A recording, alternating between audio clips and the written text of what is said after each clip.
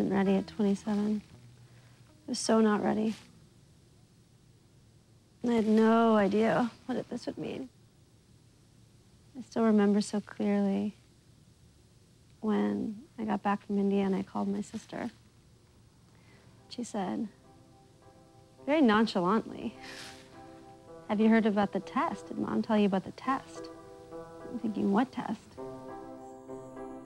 How did this all start? You know, I've never really heard the story of how you guys... Well, Lisa's really the owner of this. I started it. She did.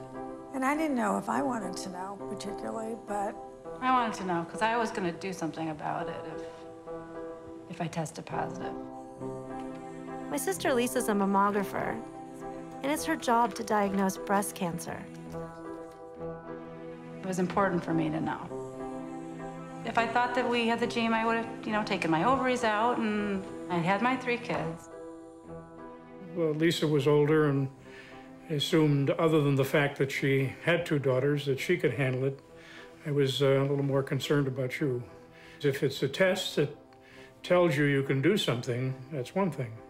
And if there's no fix, sometimes you know, information is helpful and sometimes it's just worrisome. So I called my mom, and I could sort of hear a little bit of that pain in her voice. But the attitude was very, "We found you a genetic counselor in New York near you. It's going to be something just routine, just like, you know, going to the dentist." I remember going in and seeing the genetic counselor and looking at the tree that my mom had done. I saw all this ovarian cancer on my mom's father's side. I wasn't even brought up with the word cancer. They didn't even use the word in my house. And I'm named after both my grandmother and my aunt, who both died of cancer. But I didn't realize that until we started doing the family tree. It sort of hit me. And that was quite a moment for me to realize that.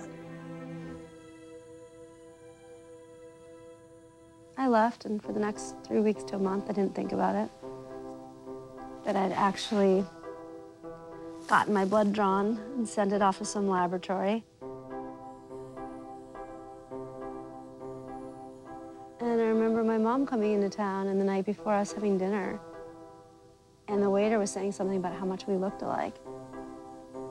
We act alike, we look alike.